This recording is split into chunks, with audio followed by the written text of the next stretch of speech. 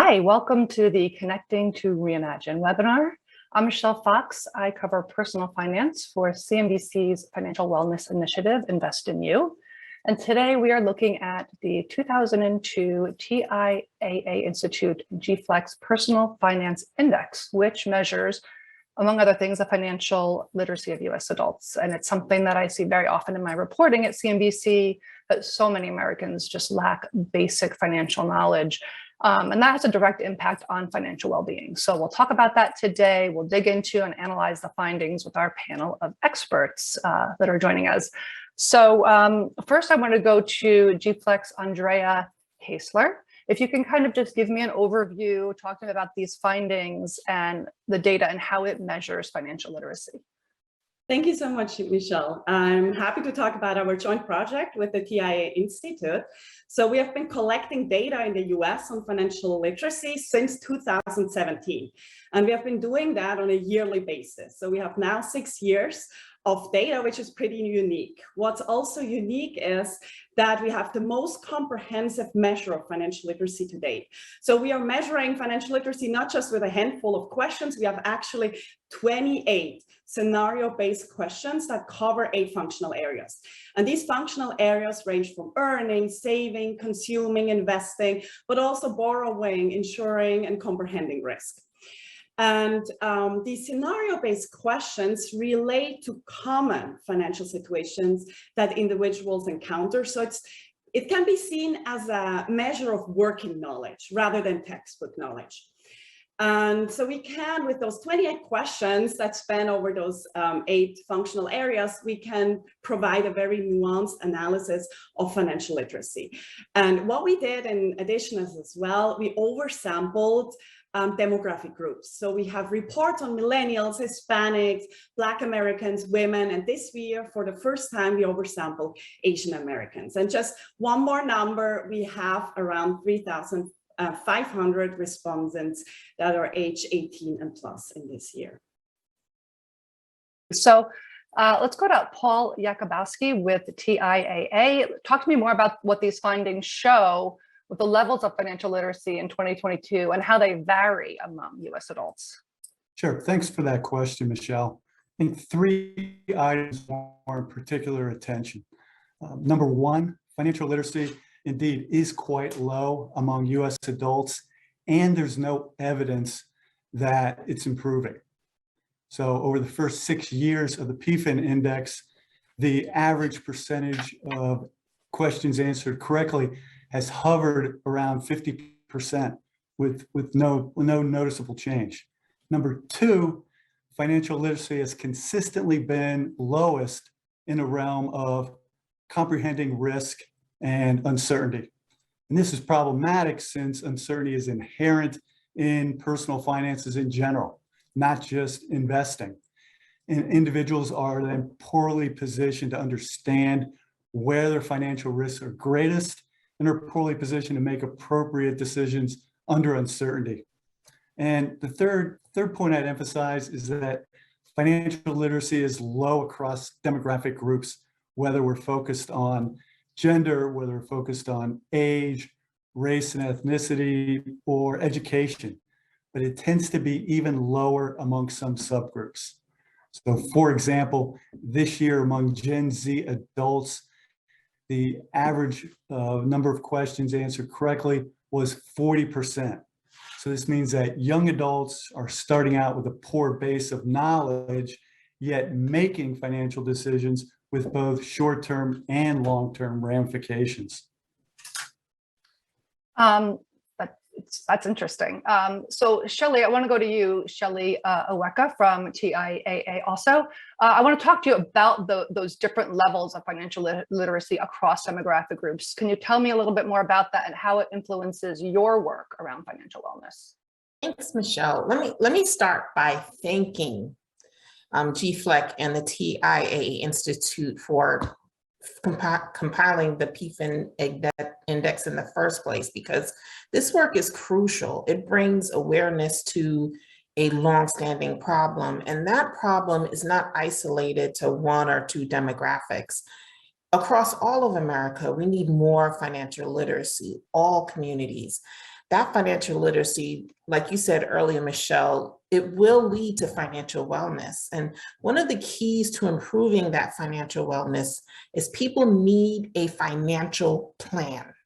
So TIAA did a survey earlier this year, and in it, we found that workers who have participated in financial wellness programs are twice as likely to rate their financial wellness highly than those who are either not offered those resources or who don't participate in them.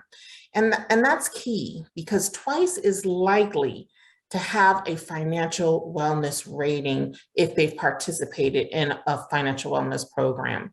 So we need to ask ourselves, if financial planning is that successful, why aren't more people participating in these financial wellness programs? And one of the biggest reasons may be because when you look at the demographic breakdown of financial planners, it's drastically different. So only 1.8% of the certified financial planners identify as Black, and only 2.7% identify as Hispanic, whereas 83% of certified financial planners identify as white. And these numbers show that there's a quantity issue. There's simply not enough financial planners in some communities, but I think there's also a quality issue. To really make a difference in these communities, we need financial planners who understand the people. They need to understand what the people in these communities have done with their finances, why they've done it, what's the best way to share advice that's going to resonate with these communities. We need to think about why so many people unbanked and instead, using cash, check cashing services. Why do people mistrust the financial institutions? And we can't forget that these communities have not had equal access to our products and services. So our society has made really great strides to eliminate the inequalities, but we did start at zero and we've come a long way, but there's still such a long way to go. And how do you even address that? Just as a follow-up, I mean, how do you get more representation within the financial industry to address these groups? Well, one of the ways we can get more representation is if we implore or encourage employers who a lot of these different demographics Americans work for to include that as one of their benefits. And I attended a seminar yesterday, the Employee Benefits Research Institute, and one representative or a panelist who was there was from the city of Memphis, the HR leader. And she provided some fantastic information, but one thing that she talked about is that the city of Memphis, they have a financial services program. Every single employee that works for the city of Memphis has access to one-on-one financial advice. And she says that it's working because 74% of the employees have seen their credit scores increase. So if, that's one option, just one, I'm just bringing up one. Employers can provide that as a benefit. Fabulous. And so GFLEC, Annamaria, Lusardi, we've spoken many times in the course of our, reporting on different issues surrounding financial literacy, and you do so much work in this area, and I thank you for that. So I wanted to talk with you about the low levels of financial literacy that was seen among younger Americans, with the Gen Zs and the Gen Ys that were, referenced earlier. So can you talk to me about the short-term and the long-term implications of those low levels and what can be done to address it? Thank you, Michelle. This is a group, of course, which is very dear to me since I'm also teaching at a university and I meet so many young people. But I want to start by saying that, these figures are per se alarming. And I want to invite everybody to read the report so they can drill down in some of the details. And as you have mentioned, financial literacy is not only low, but is particularly low among the young people. And most importantly, what the report shows is that financial literacy is linked to several measures of financial well-being. So we really need to focus a lot on the young, in particular when it comes to financial literacy. And what could we do? I think one way to address this issue is to add financial literacy in school. so that we can have access and we can offer access to everybody, as Shelly has mentioned, and also that young people have access and can have financial education before they make important financial decisions. For example, whether or not to go to college and how to finance that education.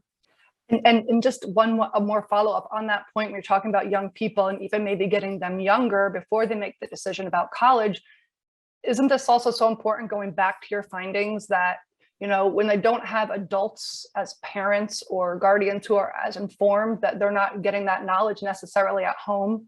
And that's why it's so important to have these in the classrooms, as opposed to just relying on being taught at home. Absolutely. What the data shows is that, you know, at the moment, it's a very small group of young people who have financial literacy. Who are they? They are disproportionately the young people from college-educated family or from rich parents.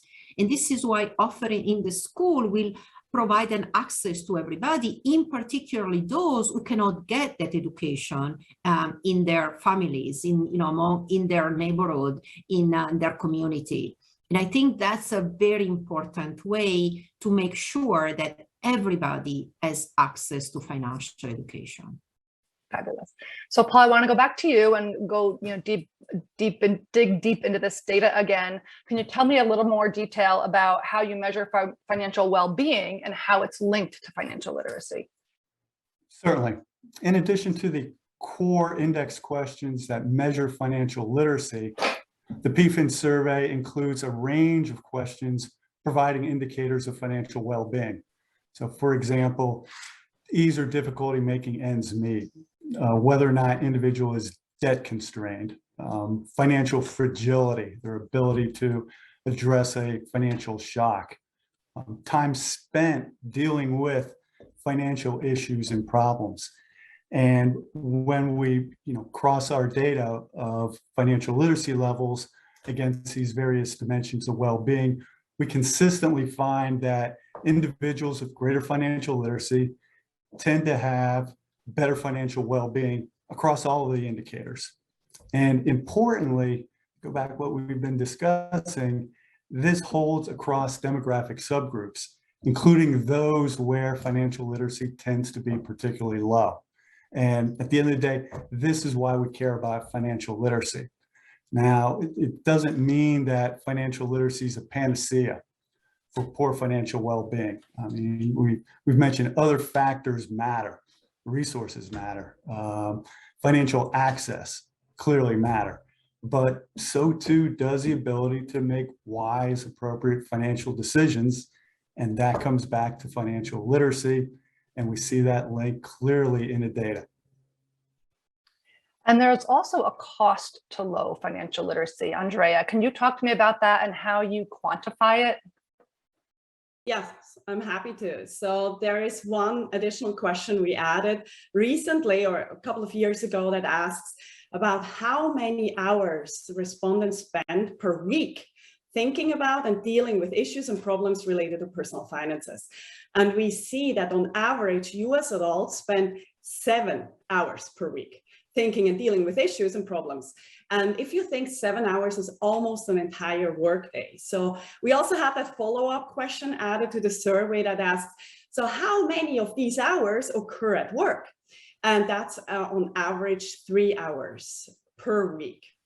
And going back to what Paul just mentioned, what we see is this strong link between financial literacy and those hours spent per week. So those with really good and good understanding of personal finances, so high financial literacy, they are on average spending 3 hours per week.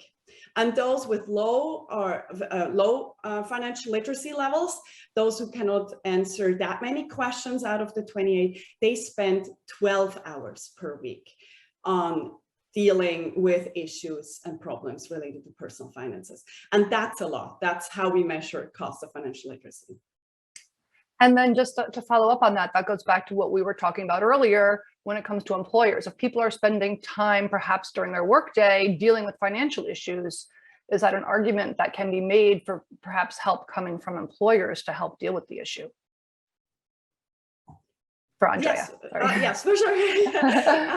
Yes, of course. I mean, because there is such a high investment, that's what we use when we talk with employers and want to promote workplace financial wellness programs, that there is this cost of low financial literacy, and that's definitely one benefit to add financial education at the workplace.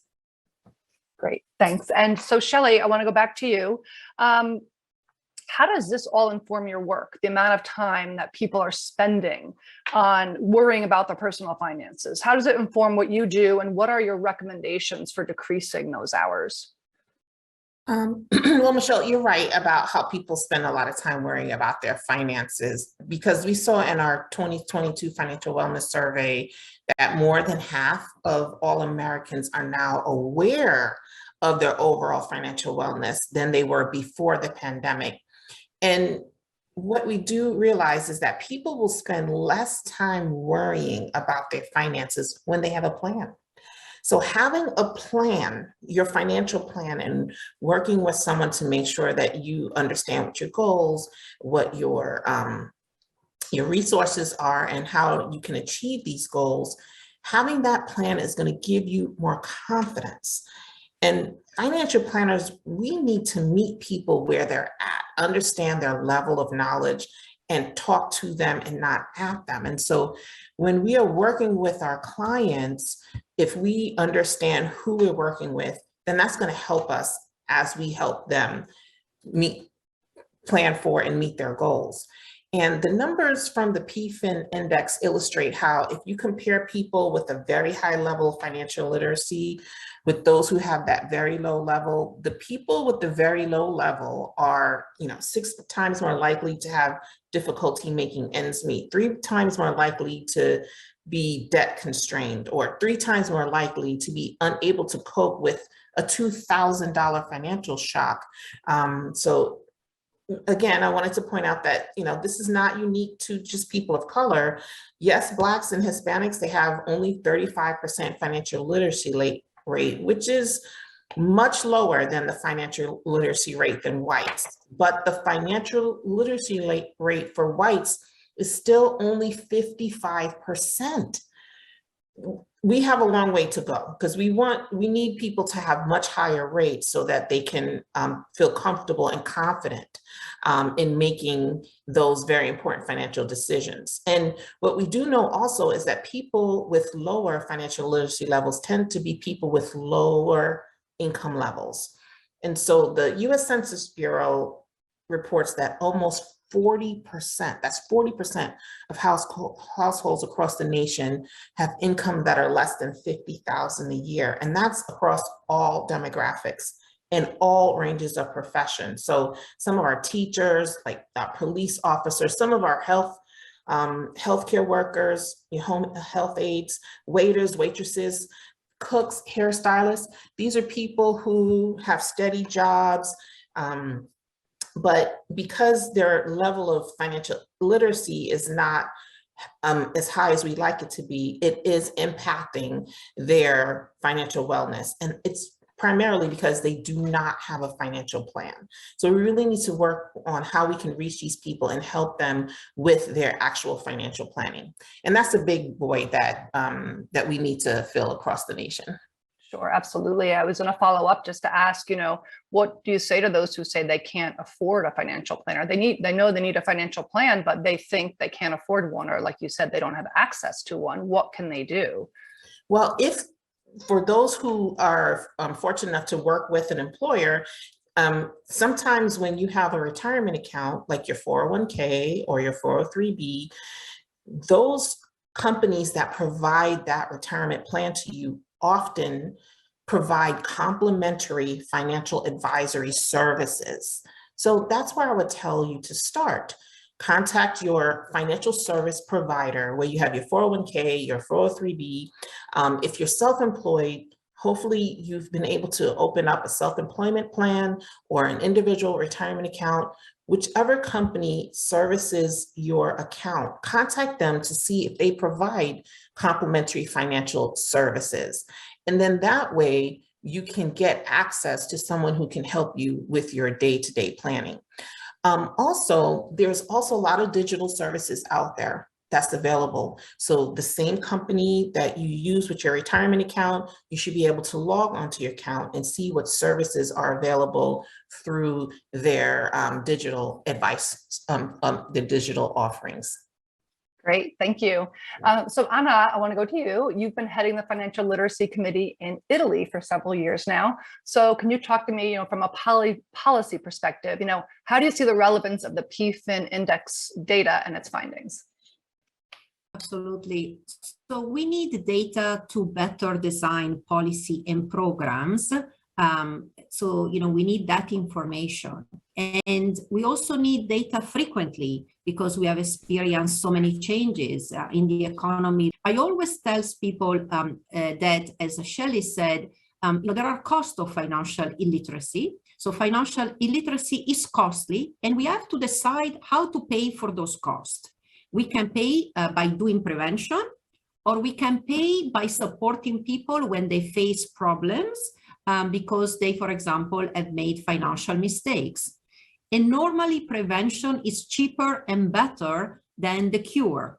So that's why I think financial education, it can be a very effective way for policymakers to enable people to make good financial decisions that makes them more financially secure and more financially resilient, and be able to better face shocks and prevent as well financial mistakes. So before we take questions from the audience, I do want to just, go around to everyone to make sure that we hit on, everything you want to talk about with this, because there is a lot here. So Paul, let me start with you. Do you have any other comments that you want to make, closing comments about the findings? Yeah, I do. I'd start by saying it's a general observation. Fundamentals matter. And I know that makes me sound old school, but the reality is, it's my boys' old test. I am old school, but fundamentals matter, and that's true in any domain that you're working in. So in athletics, you got to master the fundamentals.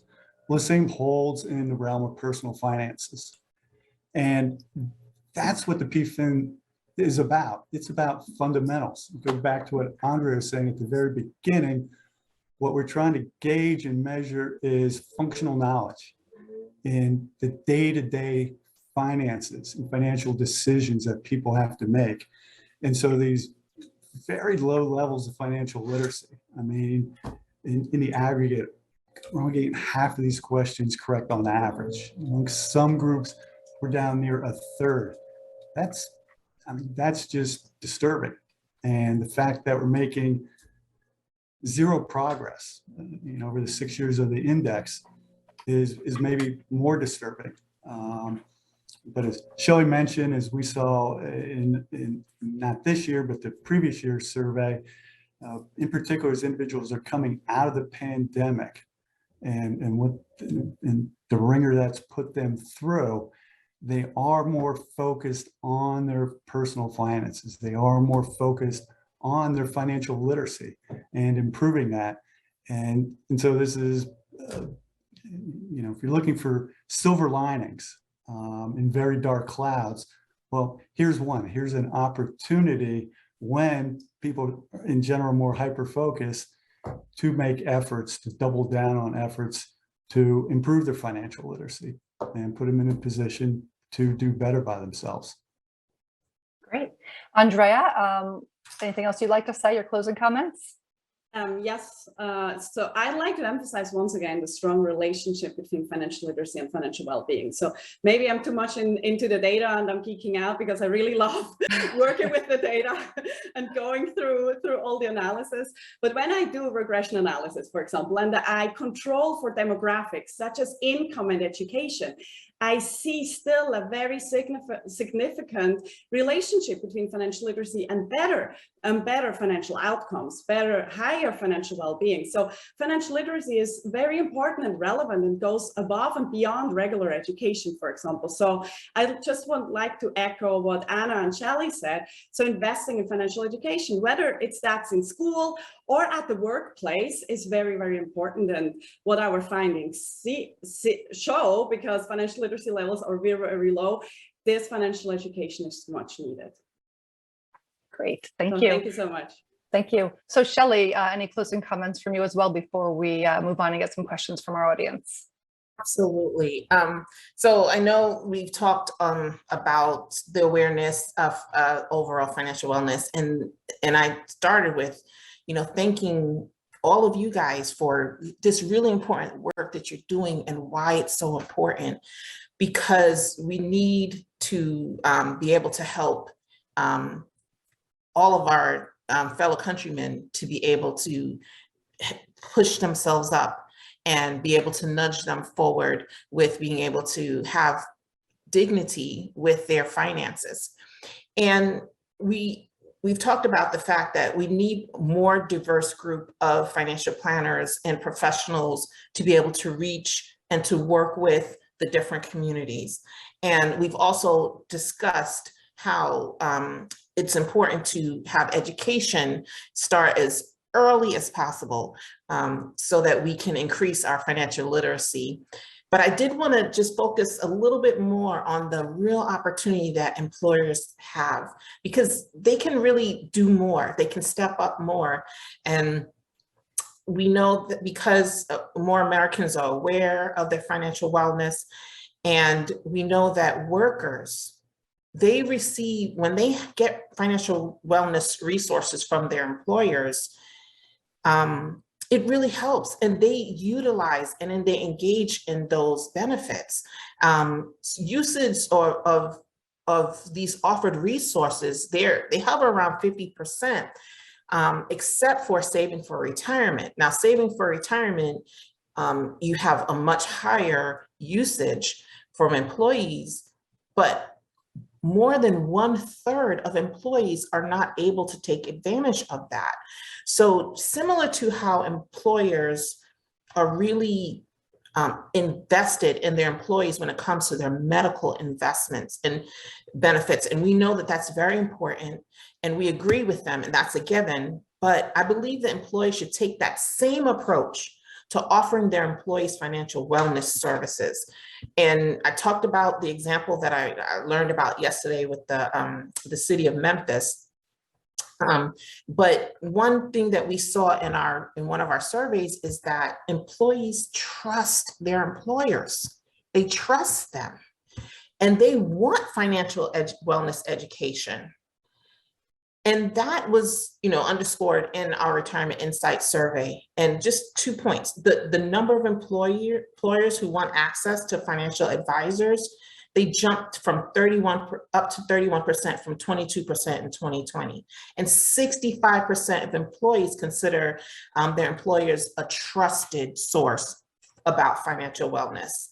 And people think that most of these resources from their employers would be helpful, especially the education in, Andrea said this earlier, this education on savings, investment options, and financial well-being. And 70% think that it's very helpful to get that education to improve their overall financial well-being. So this is an opportune time, and this is an opportunity for employers to really step up and invest in their employees, not just their medical benefits, but in their financial wellness offerings that they provide to them.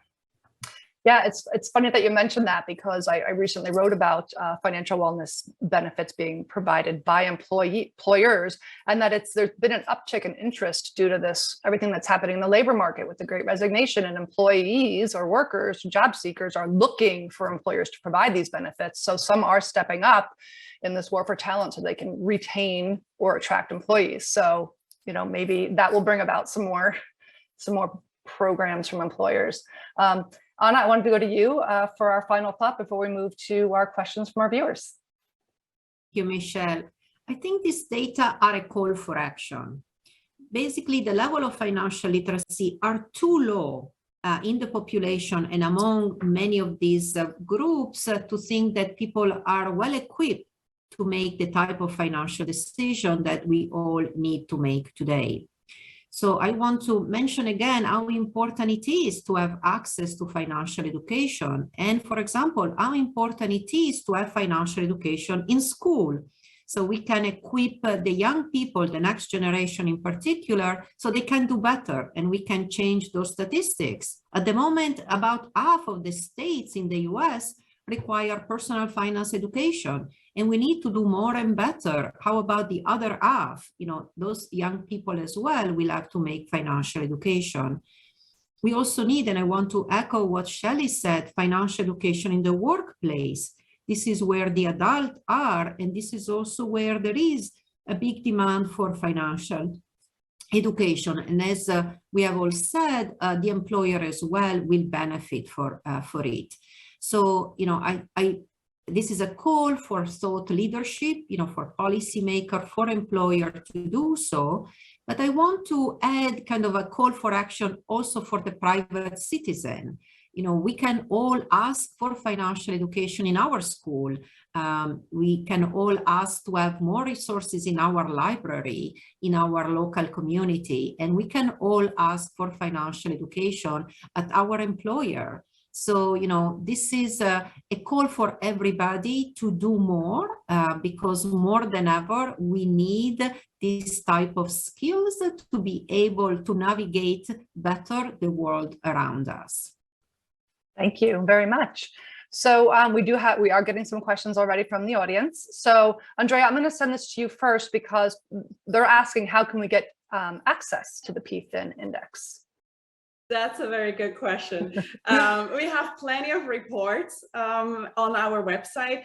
Unfortunately, the survey is not publicly available simply because it's people are filling it out online, and we don't want that they can actually Google the right answers, because what we have, each question has 4 possible answers, and one of those answers is correct. So we don't have the questionnaire online, but we have a lot of findings. All our reports are on both of our websites, TIAA's and ours. And yeah, please dig in. And there is definitely a lot to read and learn. And I'd add in there, Michelle, that for individuals who are interested in, well, what do these questions look like to a degree?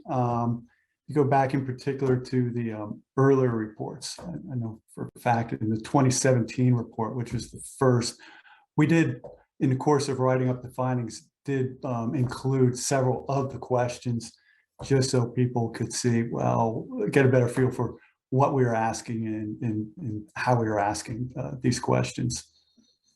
And Paul, I actually have another question, and it goes to the economy. Can you share some insights on how the lower level of financial literacy impacts or hinders economic growth in the U.S.? Well, I come at it from a microeconomic perspective, and then you expand up. We've talked at length about how poor financial literacy impacts the well-being of individuals. Well, that's impacting their financial outcomes and what they're able to do. The amount of money ultimately that they're saving that becomes available for investments in the economy. If they're holding back ultimately on the amount of income that they're earning, well, that's impacting their ability to spend money as well. So I think it comes at that from that micro perspective, and then that will radiates out to the economy at large.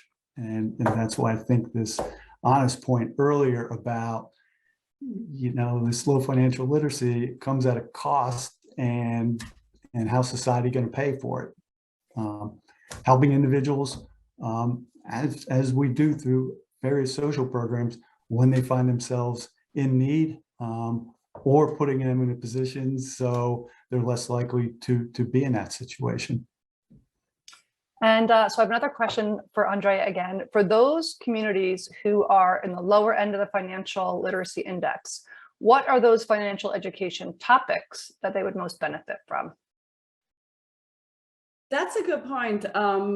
For when we talk about financial education, and that's what we see also with our 8 functional areas, of course, some functional areas that people know more about, for example, borrowing and saving, and other topics they are they answer the questions.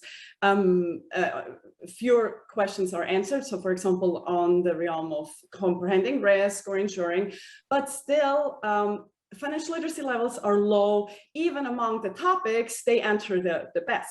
So in the end, it has to be a comprehensive program that touches upon all these different topics.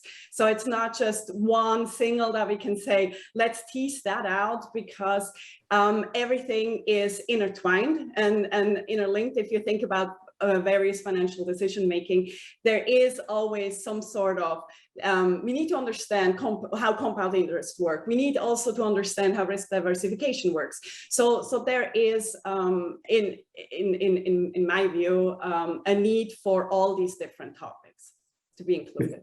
If I could pile on too, Mm-hmm. I mean, as I pointed out earlier, comprehending risk, understanding uncertainty, they're consistently low over the years and across groups. So, and it's something we don't, I think, typically think about in the context of financial education programs. And we need to. And in there, I'll call out, one of the other 8 areas that we look at, insuring. It's consistently low. And among some groups, it is actually the lowest. And these obviously go hand in hand. But we're talking about decisions that all interact. And if individuals, for example, aren't using insurance in the right way, and they're insuring the wrong things at the wrong levels, instead of buying insurance for every new gadget that I get, my new cell phone, my new flat screen, my new washer, dryer, insure. Not all of them are going to break down. Something will happen. I mean, that's it. Something will happen. Individuals have to understand, I don't know which it's going to be. There's different likelihoods of price tags attached to them. What should we do is just maybe saving all that quote insurance money and creating that emergency fund that I can dip into when I need it and have it for other purposes. So this all, as Andrea said, these all wrap together at the end of the day. But these are areas that we often don't think about in financial education programs, and I think we should. And may I add that with the financial education programs, we do need to, and I love what you said, Paul, we need to start with the basics. But we also want to make sure that when we're working on these financial education programs, that we can meet the individuals and the communities where they're at and understand what's important and what's their relationship and history with money. And so some people are dealing with having to acknowledge, how am I going to pay my monthly bills? And so if we approach them with, oh, well, you should be saving for retirement, or you should be, thinking about how you're going to pay for your kids to go to college, we're not meeting them where they're at. They're at the point where, how can I just really manage my day-to-day? And so when we're coming up with these programs, which are really beneficial, like we've all discussed over the last 40 minutes, we also need to keep in mind who we're helping and how we can help them and what resources they need right then and there to meet their current needs to be able to take advantage and participate in all of the other aspects of financial planning that are very important to their future goals. And I think along with that, we've talked about schools and we've talked about employers for obvious reasons, but another entity here is community organizations who are plugged in and have trust. So I know, for example, in the Hispanic community, Unidos US, in their chapters units across the country, amongst all the programming that they're providing, they're now beginning to provide financial literacy and financial well-being programming. And they have that trust factor, and they can weave this in with the other services they're providing.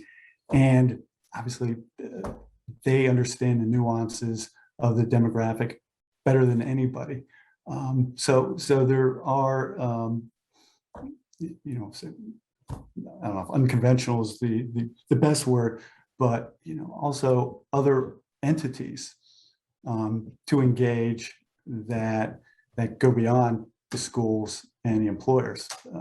Not that they aren't first up, but we can think more broadly here as well.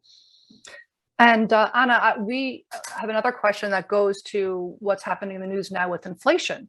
And, I'm curious what challenges you see in the US concerning financial literacy when inflation is so high. It's another one from our viewers. Absolutely. I always say that, time when there are difficulties are times that always have brought financial literacy up in the, importance. And so with this type of inflation, more than ever, first of all, we need to be able, to use our limited resources, to face these higher costs. And more than ever, we need to be able to reason in real terms, not in nominal terms, and make sure that we grow our wealth, at least at the level of inflation. Otherwise, we are, getting poorer over time. So, in many ways, this is even more the time in which financial literacy can help, in which financial literacy can empower people. And for example, I say this is the time in which we need to use our bargaining skills. In a good labor market, we need to go to our employer and make sure that, we do get a raise, which at least allows us to keep up with inflation. And we need to make sure that, we budget and try to face the cost that now we see, for example, in energy and in other goods that we normally buy, so that, we are able to face this rising cost. So, very, very important time, and yet again, very important to have at least those basic skills. And Anna, there's actually another question for you from our viewers here. Do you expect financial well-being to improve as more states require high school students to take personal finance courses? And are the teachers adequately prepared to instruct on this issue? I'm so glad you asked these questions, because I can answer not in a simple way, but pointing to a research we did in the past. It took us about 2 or 3 years to do that. So we did a meta-analysis of the effectiveness of financial education programs. And this is, I think, what the question is going to. But, if schools do financial education, is there an effect? And I can now answer with a clear yes. When we look at the data, in particular the most rigorous programs implemented in the schools, for example, and in other places as well, we see an effectiveness of financial education. And not only, but the effect is relatively large. And I have to say, we also see cost effectiveness. So in other words, these programs often do not cost so much that, we are prevented from doing so. Now, but how can we indeed make sure that there is this effectiveness? Clearly, we do need in school, for example, a good curriculum. We do need trained teachers, and we do need, to make sure that we teach financial literacy in the same way we teach other courses, right? Maybe a semester long, with a very strong curriculum. I do think that we need to invest more in training the teacher for sure. And as this new state hopefully will implement financial education program, I do hope that they are accompanied with program to train the teachers, because, finance is a new language. People need to learn from it, and the people, they need to learn from people who speak that language. And just a quick follow-up to Andrea, another viewer had a question that's related.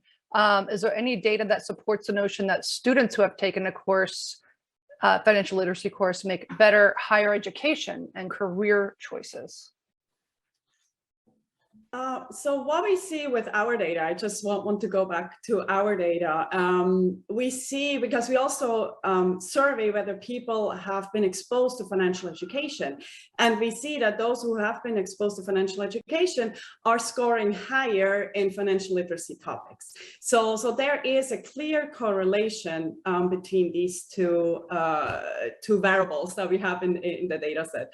So there is definitely the benefit of education and providing financial education to then the better outcomes on the financial literacy score that we measure. Okay, and then just lastly, Anna, do you think the PFIN index model could be replicated in other countries beyond the US? Absolutely. I mean, what we did here, we wanted to provide a very comprehensive measure of financial knowledge. And as people have said before me, looking at the concept that, we routinely use in our life. Of course, this topic have to be translated in each country. So, for example, not many countries have the same system like the US, where we have, 401ks. Not many, for example, countries have an education system that require young people to take up student loans and so on. So, some of these questions need to be modified. But I do recommend, I know that there are many people listening to us from other countries as well, to consider such a project. In other words, to measure, the type of knowledge that, citizens in that country need to make the type of financial decisions that people make routinely. And sometimes it can also be, where to go and get information. Sometimes it can be related, to their own pension system, to their own education system, and so on. But, I also want to mention that many of these questions are also looking at this very basic knowledge, and this basic knowledge is universal. And so many, I would say probably 50% of the questions we have designed can probably be used in other contexts as well. Fabulous. Thank you so much. Unfortunately, our time is up, so we aren't able to get to all of the questions that our viewers are asking, but thank you so much to everyone for joining us today, and thank you to our panel of esteemed experts for all of your insightful analysis as well. Thank you, and have a great rest of the day.